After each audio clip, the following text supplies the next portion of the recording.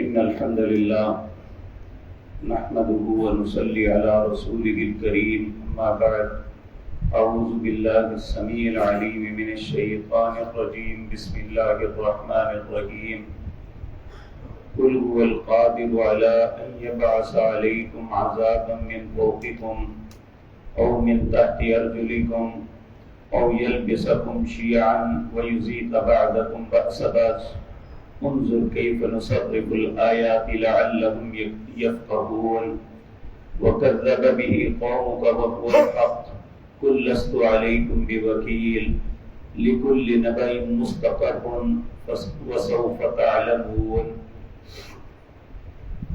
حضرات محترم، ان آیات میں اللہ رب العزت انسانوں کو ان کی نافرمانیوں پر بہت بڑی دھمکی دے رہے ہیں،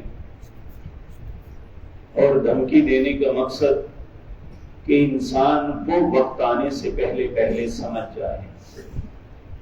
لیکن یہ ایک حقیقت ہے، جو شخص کفر کی زندگی بسر کر رہا ہے وہ اپنے کفر پہ اڑا ہوا ہے، جو گناہوں کی آلودگی میں ہے وہ گناہ چھوڑنے کے لیے تیار نہیں ہے.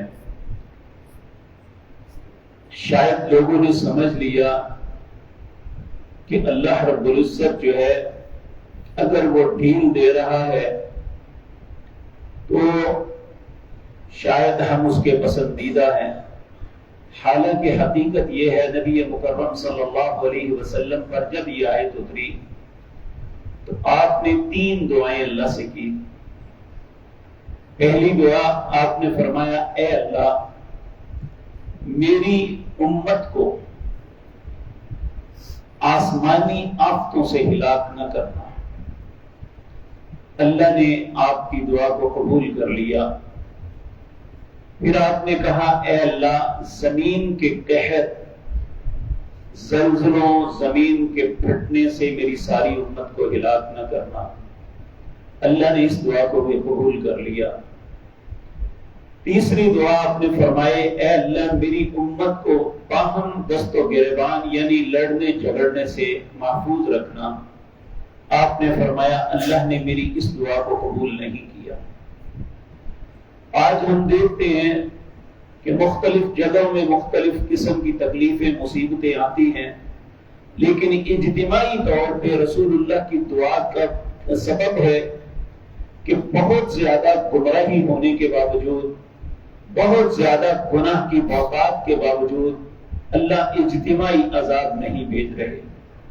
لیکن یہ ایک حقیقت ہے کہ بھائی بھائی سے دست و گریبان ہے، مسلمان مسلمان کو قتل کر رہا ہے، مسلمان مسلمان کا مال لوٹ رہا ہے، مسلمان مسلمان کی عزت کو، آبرو کو پامال کر رہا ہے، اور اس بات کی ذرہ برابر شرم محسوس نہیں کرتا.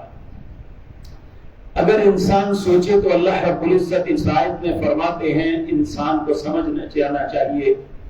اللہ فرماتے ہیں، قل اے میرے پیغمبر آپ فرما دیجئے، هو القادر، وہ اللہ اس بات پہ قادر ہے، قدرت رکھتا ہے، علی ان یبعث علیکم عذابا من فوقکم، کہ وہ اوپر سے تم پہ عذاب مسلط کر دے. رسول اللہ صلی اللہ علیہ وسلم صبح اور شام کے اذکار میں ایک دعا پڑھتے تھے، اللہم احفظنی من بین یدی ومن خلفی وعن یمینی وعن شمالی ومن فوقی واعوذ بعظمتک ان اغتال من تحتی.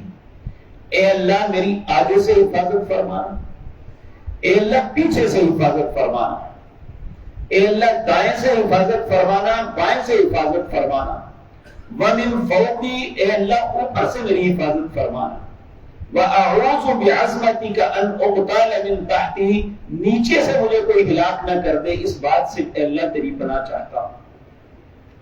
تو یہاں اللہ رب العزت فرما رہے ہیں، قل هو القادر، اللہ اس بات پہ قدرت رکھتے ہیں، علی ان یبعث علیکم عذابا من فوقکم، کہ اوپر سے تم پہ عذاب مسلط کر دے. اوپر سے 4 قسم کے عذاب مسلط ہوتے ہیں.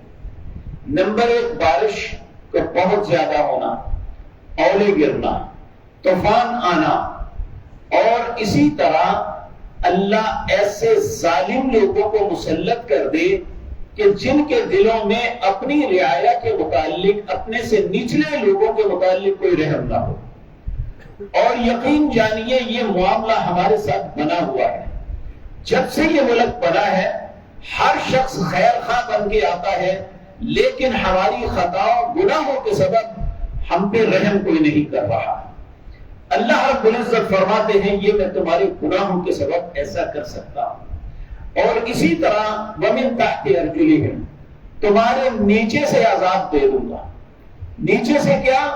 زلزلہ آ جائے، زمین پھٹ جائے، قحط پڑ جائے، یا انسان کے نیچے بددیانت اور خائن لوگ ہو جائیں جو اس کی عزت کو پامال کرنے کا سبب بنے۔ وہ کوئی ادارہ ہے، وہ کوئی دکان ہے، وہ کوئی فیکٹری ہے، اگر نیچے لوگ کام کرنے والے بددیانت اور خائن بن جائیں تو اس کی تباہی کا سبب بن جاتے ہیں۔ تو یہ نیچے سے عذاب کئی قسم کا ہے۔ اللہ رب العزت فرماتے ہیں میں تمہارے نیچے سے تمہیں عذاب کروں، او یلبسکم شیعا، یا تمہیں گروہوں میں بانٹ دوں، وَيُذِيقَ بَعْضَكُمْ بَأْسَ بَعْضٍ، تم ایک دوسرے سے لڑو، جھگڑو، مارو، ایک دوسرے کے ساتھ بدتمیزی کرو، ایک دوسرے کو ہلاک کرو، ایک دوسرے کے مال کو لوٹو، یہ سارا کچھ پامال کرو، یہ گناہوں کے سبب ہوگا، العیاذ باللہ۔ پھر اللہ رب العزت فرماتے ہیں انظر، دیکھو کیف نصرف الآیات لعلہم یفقہون، کس طرح اللہ اپنی آیات کو پھیر پھیر کے بیان کرتا ہے تاکہ تم سمجھ جاؤ۔ اللہ رب العزت ہم سب کو سمجھ نصیب فرمائے۔ پھر اللہ فرماتے ہیں وَكَذَّبَ بِهِ قَوْمُكَ وَهُوَ الْحَقُّ، اے میری پاک پیغمبر آپ کی قوم نے ان باتوں کو جھٹلا دیا جو سچ تھی۔ رسول اللہ صلی اللہ علیہ وسلم کو کہا جاتا ہے کہ آپ کی قوم نے، یعنی قریش مکہ نے، اور وہ لوگ جو عرب تھے اس زمانے میں اور آج بھی امت محمد رسول اللہ صلی اللہ علیہ وسلم اپنے نبی کا نام لیتی ہے، اس سے محبت کا دعویٰ کرتی ہے، لیکن ان کی بات ماننے کے لیے تیار نہیں ہے۔ ہر بات میں ہم اپنے رسول کی مخالفت کرتے ہیں اور سمجھتے یہ ہے کہ ہم بڑے اچھے مسلمان ہیں۔ اللہ رب العزت فرماتے ہیں وَكَذَّبَ بِهِ قَوْمُكَ وَهُوَ الْحَقُّ، آپ کی قوم نے ہی جھٹلایا، حالانکہ جس چیز کو جھٹلا رہے ہیں وہی تو سچ ہے۔ قُلْ لَسْتُ عَلَيْكُمْ بِوَكِيلٍ، انہیں کہہ دیجئے کہ میں تمہارے اوپر کوئی وکیل نگران نہیں ہوں کہ تمہاری ہر خطا، ہر غلطی، ہر خباثت پہ میں تمہاری سفارشی کرتا پھر۔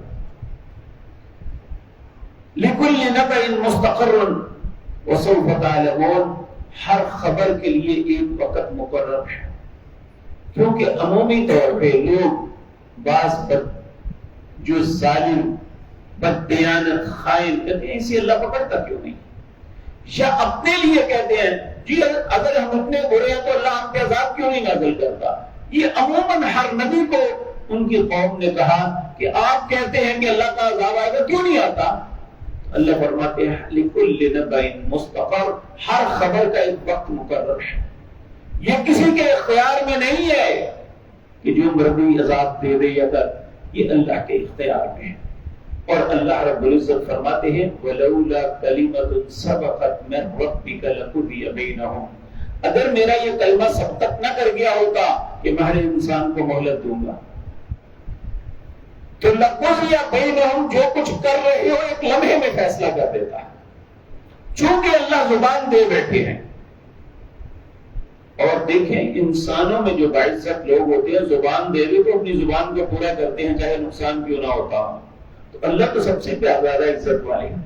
وَلَوْلَا كَلِمَةٌ سَبَقَتْ مِنْ رَبِّكَ لَقُضِيَ بَيْنَهُمْ، اگر اللہ زبان نہ دے دی ہوتی، اللہ کا کلمہ یہ سبقت نہ کر گیا ہوتا کہ میں ہر انسان کو ایک خاص مدت تک مہلت دوں گا، تو لَقُضِيَ بَيْنَهُمْ، ایک لمحے میں فیصلہ کر دیتا کہ کون میری مخالفت کرتا ہے، کون میری نافرمانی کر کے میری زمین پر رہتا ہے۔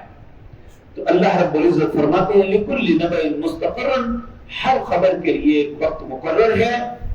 وَسَوْفَ تَعْلَمُونَ، بہت جلد تمہیں علم ہو جائے گا کہ جو کر رہے ہو اس کا نتیجہ کیا ہے۔ تو اللہ رب العزت ان باتوں کو سمجھنے اور ہر خطا سے باز رہنے، ہر برائی سے بچنے کی ہمیں توفیق عطا فرمائے۔